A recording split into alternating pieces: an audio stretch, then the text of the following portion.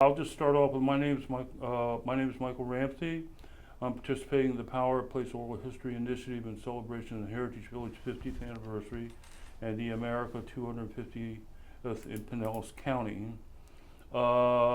This is June 1st, 2026, and we are at the East Lake Library in Palm Harbor. And with our narrator, your first name is, give me your full name. My name's Arthur Olds. Arthur, okay. And we are going to talk about our focus today. Our topic is Boot Ranch. And we'll just start off with Buzz, how and when did the ranch get started? Actually, Boot Ranch itself started in 1950. Al's father, Jesse Boyd, had been collecting property in the area for years, from the early 20s, and they'd been buying property. And in 1950, his father got sick and ended up dying in the hospital. And he had told Al, he says, when we get a new truck, they got a 1950 stake bed truck, and he said, when that truck comes in, I want to put the name of the ranch on the side of it. And he had a brand that was known as the Big Boot brand. So he said, I want that Big Boot brand on there, and it'll be the Big Boot Ranch. And after he died, Al thought about it, and he knew that that wasn't a big ranch at the time. It was 6,000 acres or so. And he said, that's not a big ranch. I've been to Texas. So he said, I can't call it Big Boot, so I'll just call it Boot Ranch. So right after that, as he started collecting some of his father's property, and he had been buying property since the World War II. He would send his money back while he was in the military, and he had an attorney in the area that would buy property under his name. A lot of the area that we're in right now in East Lake, he bought for $3.45 an acre back then, because there was taxes were due on them. People would move away. They created the Murphy Act, which said that if you paid the property taxes, you would get the property. So he bought all of the East Lake area for $3.45 an acre. That was around the 50s, and he started using the ranch in that area, and he sold off a lot of the ranch and a lot of the cattle to pay off his dad's debts, just tax debts and all.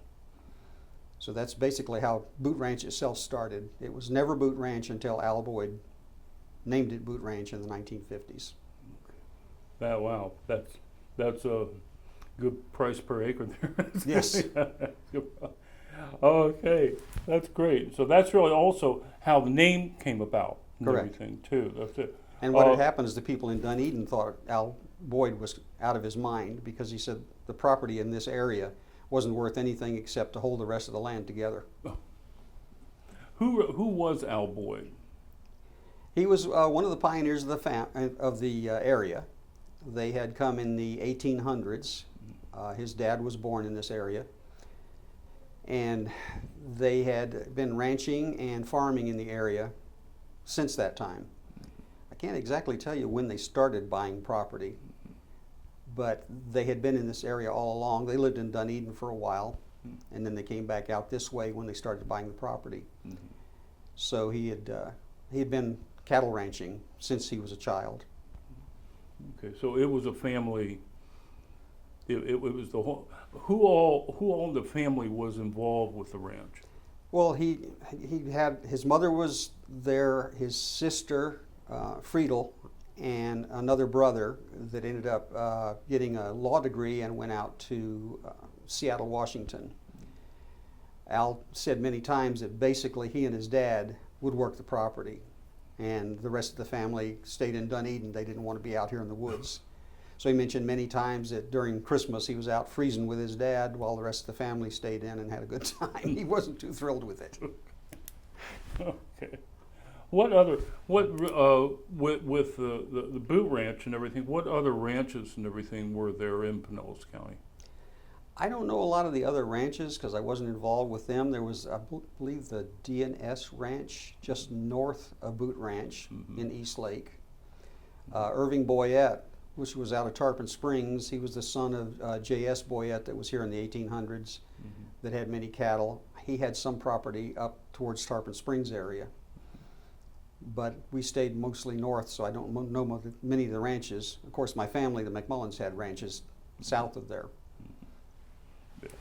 Okay.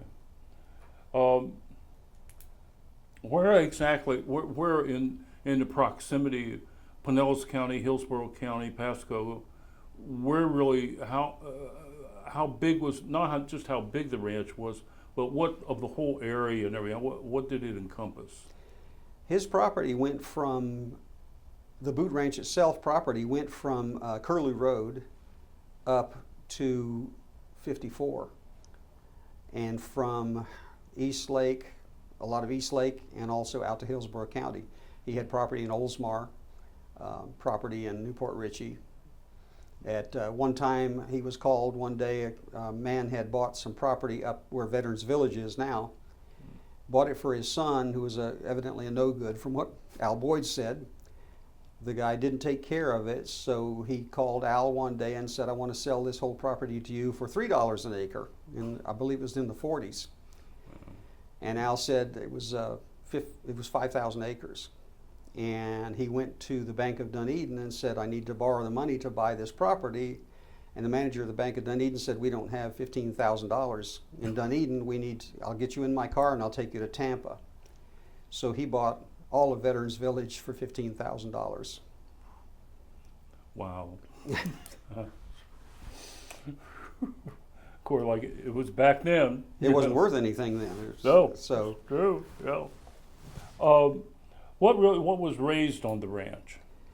He was collecting the, not actually native Florida cattle, but the Florida cattle that were here were scrub cattle, and they were from the Spanish explorers that had come here and they'd gotten away from them. So they'd been out in the woods wild for hundreds of years. So those cattle acted sort of like deer. So they couldn't actually drive them. They would have to just walk them slowly. They would scatter like deer. And they were tall and thin. They didn't grow long horns here, and they found out in the 50s from the university in Gainesville that the reason they couldn't grow the horns is there weren't the minerals in the ground for them to get the minerals out of the grass. They were the same animals as the Texas longhorns, but thank goodness the longhorns didn't develop here because they couldn't have got between the trees. Yeah. So it was just nature that corrected them. He also rode they called them either marsh tackies or Florida scrub horses. And he captured one of the last horses when he was in school and rode one of the last horses to school that was a wild horse in this area. Wow. My goodness. Well, what about the innovations really in breeding the cattle? Actually, what really was, how did he transport them and everything as far as distribution and everything of the cattle? Well, to transport them, a lot of cattle in the earlier years were sold to Cuba. And they would take them down to Punta Rassa, I believe it was, and put them on ships and take them to Cuba. When he was starting to work the cattle and all, he would ship them out of St. Pete Airport on aircraft. And they would have quite a deal with that. He also had some problems in this area that people were used to this area being open for years. And he put the fences and gates up, and people would go in to his gates and fences and have camping, and they would break glass and leave it there, and the cattle would get cut on them. And he even had people shooting with .22s and shot some holes in their ears, and he would have to run them out because at that point you couldn't transfer any cattle out of the country if they had a scratch on them. So it cost him a lot of money, and people thought he was kind of mean for running them off, but they were damaging his cattle. But he would take them down to St. Pete Clearwater Airport and ship them out there. Did he do very many drives like up to Kissimmee or roundups and everything like that? In the very early days, in the 20s and 30s, his dad bought some cattle from Brooksville. And they, again, I mentioned they couldn't drive them actually. You had to drift them because they would scatter. And he started bringing the herd from Brooksville down to here, and by the time he got here, half the herd was gone. and they found out they called them setters, and the cattle would watch the cowboy, and when he wasn't looking, they would sit down behind a bush and be very quiet and lay there until the cowboy passed them, and then they'd get up and go back home. So the cattleman up there would also let him know, we got some of your cows back, you need to come back and get them. Yeah, I wondered about the as far as the drives and everything. Also, did they have did they have citrus groves? Yes, Al built his first citrus grove on Curlew Road and US 19 on the south side. He bought that 20 acres from a silent movie star from Tampa, Pickett T. Gilmore. I remember that name. And he was, I think, 12 years old at the time, so he couldn't take title to it. So his dad took him over there and helped him buy it and took title to it for him. They came back over here, and it was 20 acres from Curlew Road south and from where US 19 is now to the east. And he put his first orange grove in there at about 12 years old. And after a couple of years, he liked that so well that he said, I need to get some more, so he bought the 20 acres on the north side of Curlew Road. And he bought it again for $3 an acre. And at that time, there was a man in Dunedin, and they were looking for oil in this area. So Al Boyd rented the pasture land to him for $1 an acre to look for oil on it. Plus he had his cattle on there, so in 3 years he had that 20 acres paid for. And he liked that so well he bought some more. So he kept adding to it as much as he could. And at that time he was also, for helping his dad would give him a cow every year to start building his herd. And again, these were the scrub cattle that were here. I mean, I figured that groves were in there somewhere and everything. Yes. Definitely, you know. Tell us about I heard about this gunfight at the boot and everything. What was that? Yes, it wasn't much of a gunfight. When he built the boot in I think it was 1950, they put it up there. He decided how he could light it, and he had quite a bit of trouble getting the light arranged properly so it wouldn't blind the drivers on the road right there. He got it lit up, and somebody started taking pot shots at it right away. And he called the sheriff and told him, I have a problem up here. Now, to go back a little bit, Al Boyd was deputized when he was 13 years old to help his dad take care of the cattle up here.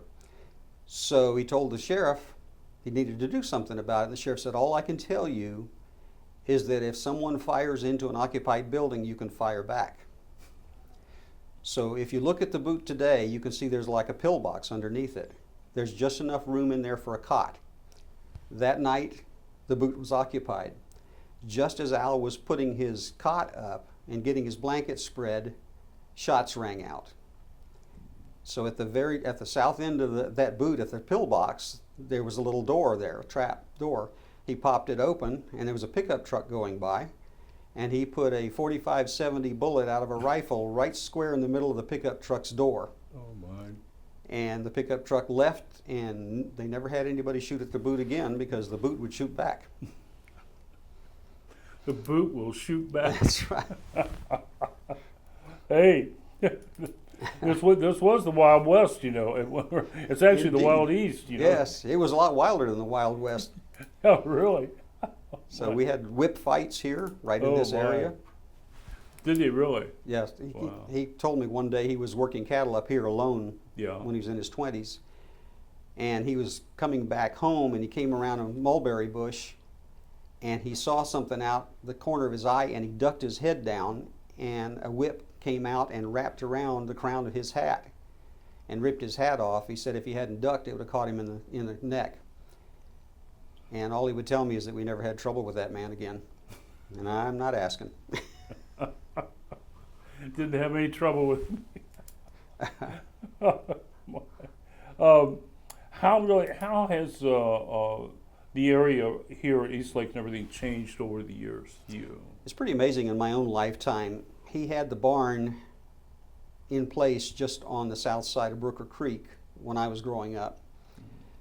And I would come up here in the 60s with my grandmother, who went to school with him in Clearwater High School. And this was all a dirt road here. And my grandfather at the time told me, he said, I'll give you a cane pole and you stand on the bridge at Brooker Creek, and if you can catch 3 fish today, I'll buy you a Zebco outfit. So I fished for about an hour off the bridge at Brooker Creek, and I had to get off the bridge twice because cars came by. And it was a dirt road all the way up to almost Tarpon Springs. Wow, that's changed So, yes. a whole lot. Yes, nothing but a dirt road, and when they turn the lights out, you don't see anything in this area. Wow, It was dark. Wow. Actually, aside from the ranch and everything, tell me about your career in the post office and everything. I worked for the post office in Holiday for years. I started out, they had zip mail transcribers in Tampa, and I started out in Tampa, and you had to type a zip code 1 every second. We worked about 11 hours a day. And I only worked there for about 3 months and found out that there was an area in Holiday where I lived that was an opening, so I went to Holiday, worked as a clerk, window clerk, worked in Tarpon Springs then as a supervisor, and ended up in Tampa as a supervisor of the clerks. Mm-hmm. I did a lot of finance work for the Postal Service. Okay. What do you really see as the future of this area now? Well, fortunately or unfortunately, Well, it- whatever it's- you see, it's what going do you it's going to think? keep growing. Yeah. It's getting pretty crowded now. Al was very surprised at it. In fact, when he was doing his speeches, he would take a tape recorder out and tape record the cars going by. And they had tape recordings. That was a big thing he did, was record things. And he had tape recordings of the bugs and the birds at night. And he would show people what a difference it was, the calm and quiet to what it is now. Yeah. It's the big city now. Yeah. And it's just about fully loaded, I think. I don't think there's much room for any improvements now. That's true. I know. It's just being here for 40 years, I mean, what a change and everything in the whole county and everything. It's incredible. What do you have, anything that you'd like to add and everything to this, as far as the ranch, as far as Boot Ranch? Well, on the ranch, what Al started doing in the 60s, he realized that these cattle weren't worth a lot. They were thin and scrawny, and he decided to look around, and he found the Brahmins did much better. Most people don't know the Brahmins will continue to eat out in the sun and gain weight when other cattle can't stand the sun. And you'll notice the other cattle that aren't Brahmins, that don't have the hump on their back, the European breeds, during the daytime you'll see them laying down in the shade. And that's not what you want when you're selling cattle. You want them to keep growing. So he started improving, and he got rid of all of his they're called Andalusian cattle, the black steers that they had, and switched over to Brahmins, and he sold Brahmins all over the world. Mm-hmm. So he improved those breeds. Yeah, that was a really big deal for Florida and everything. Improved with the Brahma and everything all over the state and everything.